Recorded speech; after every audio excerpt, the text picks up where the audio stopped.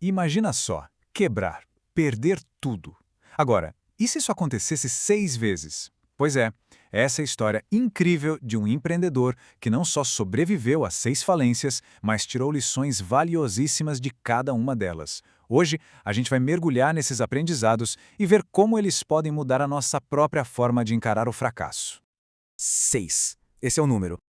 6 vezes. 6 vezes que o empresário Geraldo Rufino viu seus negócios irem por água abaixo. Para a maioria das pessoas, uma vez só já seria o fim da linha. Mas para ele, cada falência foi, de alguma forma, um degrau. Só que fica a pergunta, por que isso continuou acontecendo e que lição ele precisava aprender a cada queda? E olha, no meio dessas 6 falências, teve uma que foi devastadora.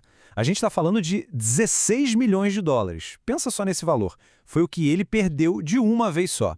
Um golpe que, para qualquer um, seria o fim de jogo. Mas o mais irônico é que foi justamente dessa perda gigantesca que veio a lição mais valiosa de todas.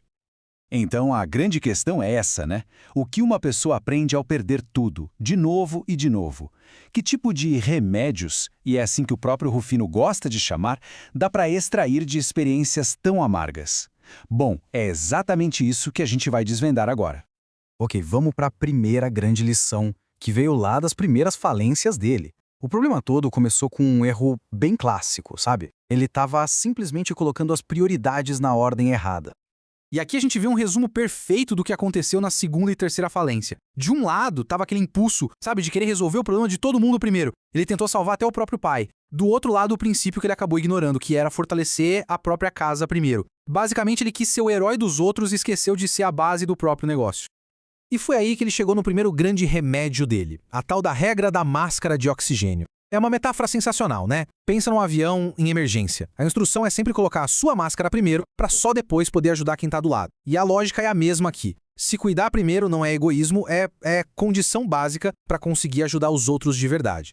Agora vamos voltar para aquela perda dos 16 milhões de dólares. A primeira coisa que vem à mente é, foi azar, ou era crise no mercado, certo? Mas não. O Rufino é bem claro. O problema veio de dentro, a causa era interna, e era uma coisa que ele mesmo chama de um maior veneno para qualquer empreendedor, o ego. E os sintomas, segundo o próprio Rufino, foram bem claros.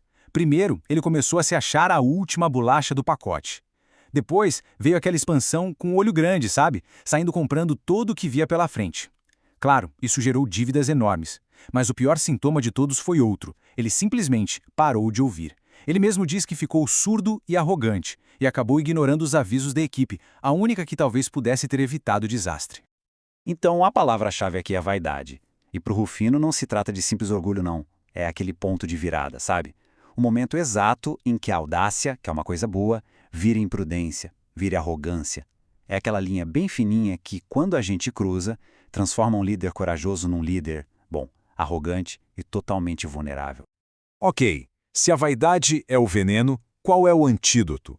Pois é, o Rufino achou a resposta em outra metáfora muito boa.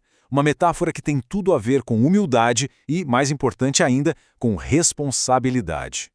A ideia é super simples, mas muda completamente a perspectiva. Pensa assim, um líder não é um lobo solitário, é um piloto. O negócio é o avião.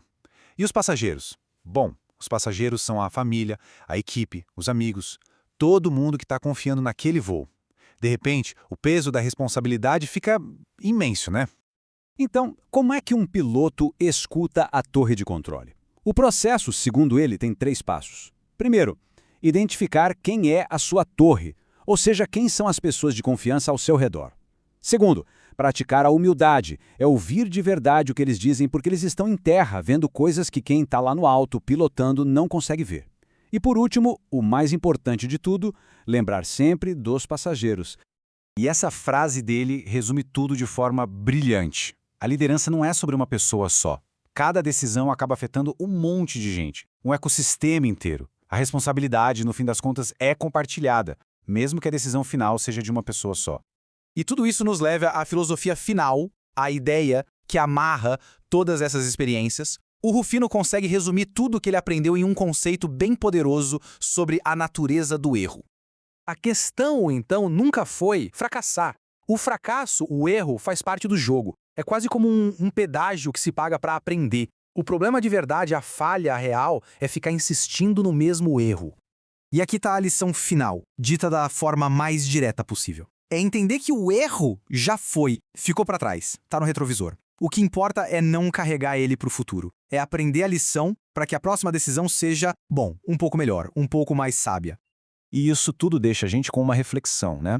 A jornada do Rufino é um convite para a gente olhar para o nosso próprio caminho e se perguntar, com base em tudo que já foi vivido, em tudo que já foi aprendido, quais são os erros que, sinceramente, não vale mais a pena repetir. A resposta para essa pergunta talvez seja o que defina todo o caminho a seguir.